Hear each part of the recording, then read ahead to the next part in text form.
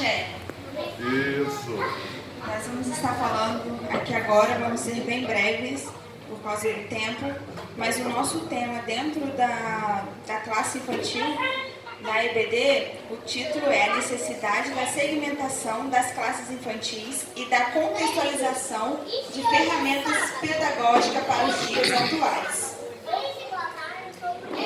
A gente tem aqui que no processo de educação geral, quanto ao ensino da fé, independente da faixa etária, acontece um processo. E esse processo ele tem que ser um processo permanente, contínuo e dinâmico dentro das classes. Os fatores importantes, o prazer, o querer e a oração, elas são desafios e parcerias entre os pais, né, e as tias de classes, que não podem ser desconsiderados, porque é o ensino, né? E não é diferente do ensino de fora da igreja. O ensino dentro do ministério cristão, ele tem que ser uma ferramenta mesmo utilizada para cativar as nossas crianças. Da observação que se faz sobre a prática da educação infantil cristã, percebe-se a descontinuidade no processo de formação no ensino na fé. Para uma compreensão e entendimento é necessário uma continuidade, persistência e acompanhamento, passando pelo ensino estável em todas as faixas etárias. Geralmente a gente tem ouvido falar, porque nossas crianças, né, estão agitadas, não querem nada com a EBD, não querem prestar atenção. Muitos falam, o inimigo está furioso, a tia não tem paciência, ou quero prestar atenção na minha aula e deixo para as tias tomarem conta dos meus filhos. Será que é para isso mesmo a EBD infantil? É para deixar as crianças lá enquanto os pais estão ali ouvindo a sua aula? Esse é o nosso tema. A gente vai falar um pouquinho, bem breve, a importância, né, de examinar o espaço e dividir as classes para uma melhor absorção da palavra para as crianças. O primeiro desafio é ver se tem espaço disponível, se tem salas para divisão das classes. Mas se não tiver sala, o que a gente pode fazer? Pegar uma divisória de madeira, de PVC, mas é importante as divisórias, porque uma criança pode pegar e prestar atenção na outra turma, então não vai prestar atenção no que o professor está falando. Vou falar bem rápido para ser bem breve. Aí tem que definir as faixas etárias de idade, listar a quantidade de criança, e essa divisão vai depender da quantidade de criança em cada faixa etária.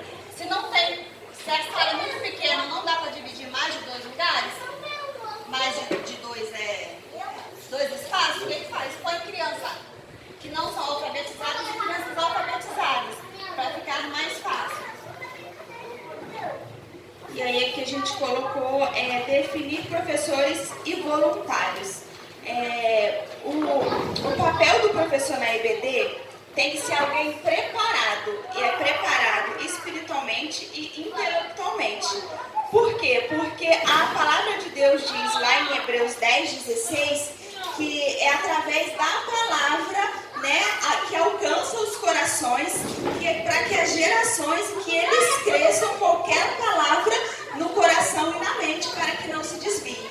Então é assim, o professor, para ser professor de classe infantil, ele também tem que ser um professor preparado espiritualmente. A gente não pode pegar qualquer um que está ali e falar, vamos colocar ele porque é classe infantil. Não é assim que funciona, porque a gente sabe que as crianças, os menorzinhos, eles absorvem muito. Tudo que a gente fala, eles estão ali observando. Então é importante a pessoa que esteja ali com as crianças, ela seja inteligente, tenha sabedoria, né, no falar, mas ela também tem que ter algo espiritual para poder passar para essas crianças, para ter uma evolução. Outra coisa que o professor tem que ter, ele tem que tornar a aula mais criativa e vibrante, porque nenhum aluno pode ser adulto, ainda mais criança, não gosta da mesmice. Então, criança que é criança tem que ter desenvolvimento com elas, né? A gente colocou aqui, não pode ficar na mesmice pedagógica. A gente precisa desenvolver de acordo com a faixa etária. E diferenciar as demais classes, a gente trouxe aqui exemplo, porque a classe infantil, no caso as crianças e os pais, né, quem esteja ali na EBD, precisa diferenciar quem é o professor de classe infantil. E a gente trouxe aqui, ó, um avental é uma simples roupa que uma tia de EBD infantil pode estar utilizando, porque qualquer um vai saber, né, identificar que ela é uma professora da classe infantil. E ali tem mais, né? Pode ser um macacão ou alguma roupa que chame a atenção das crianças. Então, são esses 3 tópicos para definir professores e voluntários. E a gente tem que saber compreender as diferenças básicas de cada faixa etária. Como que a gente pode fazer isso? Fazer uma reunião entre os pais para saber se o filho tem algum laudo, tem alguma necessidade especial para que tenha um professor mais acessível ali para eles. Então, nisso a gente tem que fazer uma reunião com os pais para saber qual a necessidade de cada aluno e se eles precisam de uma atenção especial. Eu coloquei aqui, lá em Romanos 12, na parte B, versículo 7, fala: o que ensina, esmere-se em fazê-lo. Ou seja, aquele que se voluntaria, né, para ser professor ou que tem um chamado, ele tem que fazer com prazer, né? Porque não é só porque é um professor de classe infantil que pode ser qualquer um. Como eu falei, ele tem que estar preparado sim para poder passar o melhor para os nossos filhos, porque eles têm que crescer com palavra no coração. Porque se não for ali, se nós não ensinarmos, o mundo ensina. Então, primeiro nós ensinamos a palavra para que eles cresçam com a palavra no coração. Aqui está alguns recursos para ter uma aula dinâmica, para ter objetos diversificados para que cada aula se torne única. Ter um plano de aula é essencial. É essencial ter um plano de aula? Mas o que a gente pode fazer para ter uma aula mais dinâmica? Crianças, hoje o plano de aula vai ser não ter o plano de aula. Todo mundo vai saber como é que é o decorrer, mas hoje vai ser sorteado. Não vamos seguir o plano de aula em si. Aí, quer dizer, vai se tornar uma coisa mais diversificada. Ter ajudantes infantis na aula também é um atrativo. Chamar eles para ficar junto conosco e trabalhar com premiação. Também é um diferencial. Não é uma troca, mas é um incentivo. Com isso, eles vão querer vir em toda a EBD para saber o que terá na próxima. Aí pode ser o quê? Com os objetos diversificados. Fantoches, pode gravuras, figuras, um slide. Se tiver uma televisão, pode colocar uma televisão. Mas cada EBD a gente tem que fazer diversificada para pegar a atenção das crianças. Isso é muito interessante, porque as crianças elas necessitam também dessa visualização e algo simples chama a atenção deles. E cada faixa etária a gente tem um método diferente de trabalhar, por isso essa segmentação.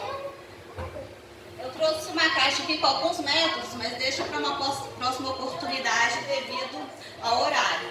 Aí tem de 2 a 5 anos, as crianças dessa idade devem assimilar o quê?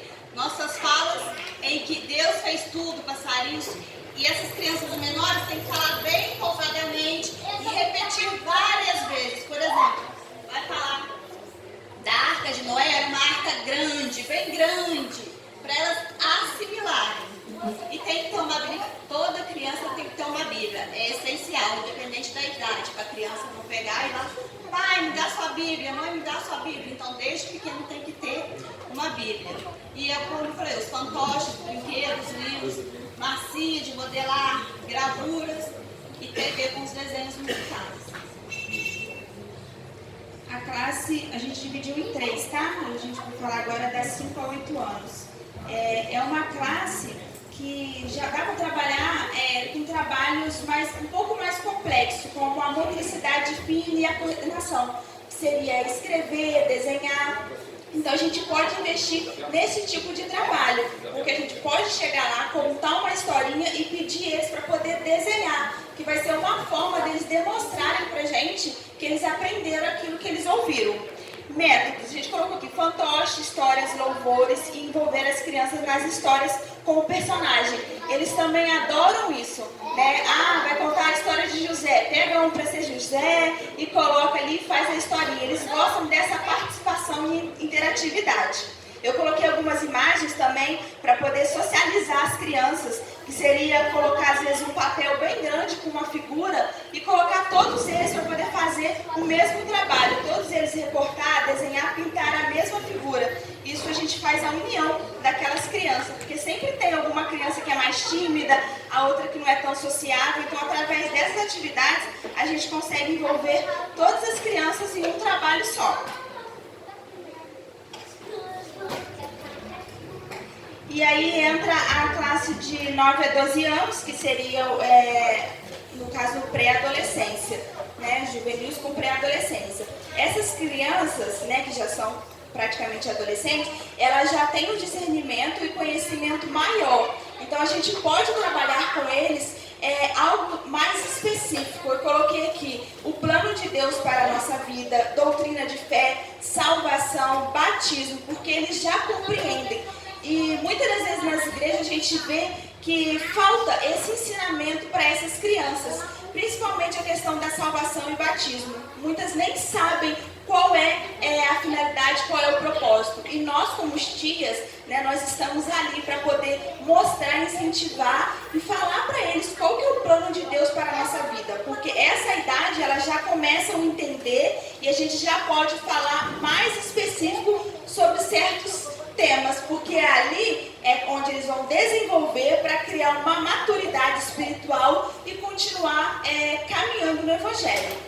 E aí eu coloquei aqui que eles já compreendem melhor as histórias bíblicas e suas aplicações e os métodos é a própria Bíblia, os nossos ensinos, vídeos curtos ali no meio da atividade, perguntas e respostas, desafios e atividades escritas. Essa fase eles adoram desafio. Você colocar desafio entre um e outro, eles vão amar, né? Então assim, é bom interagir, colocar eles para interagir, colocando a Bíblia dentro, porque como eu disse lá em Hebreus, a palavra ela tem que estar guardada no coração. Quando a gente coloca desde pequenininho a palavra no coração dele, eles não vão esquecer.